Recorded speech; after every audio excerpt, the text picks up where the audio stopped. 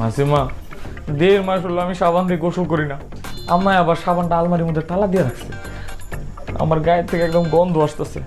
আচ্ছা তোমার লগে তো আমার ভালো খাতির, যাও না একটু আলমারি থেকে সাবানটা নিয়ে এসে দাও। সাবান? এটা আবার কি জিনিস? তুমি সাবান চিনো না? আরে পরিষ্কার পরিচ্ছন্ন থাকার জন্য যেটা গায়ের মধ্যে ডলে, ওই যে ফেনা হয়, যে যেটাতে ময়লা পরিষ্কার হয়, আরে গোল গোল হয়, চার কোনো হয়, চিনো না? ওটাই সাবান। ও আচ্ছা, সাবান। আরে অনেকদিন পর সাবানের নাম শুনছি তো, তাই হঠাৎ করে চিনতে পারি নাই। অনেকদিন পর সাবানের নাম শুনছো মানে? এই তুমি কি সাবান গায়ে দাও না?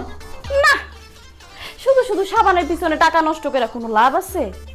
আর শরীর যখন আছে ময়লা তো লাগবই। আর আমার আম্মা আমারও কইছিল, আমি যখন ছোট ছিলাম অনেক সুন্দর ছিলাম, অনেক ফর্সা ছিলাম। এই কাদা মেখা গোসল করতে করতে এমন কালা হইয়া গেছি। ওরে কিপটার ঘরের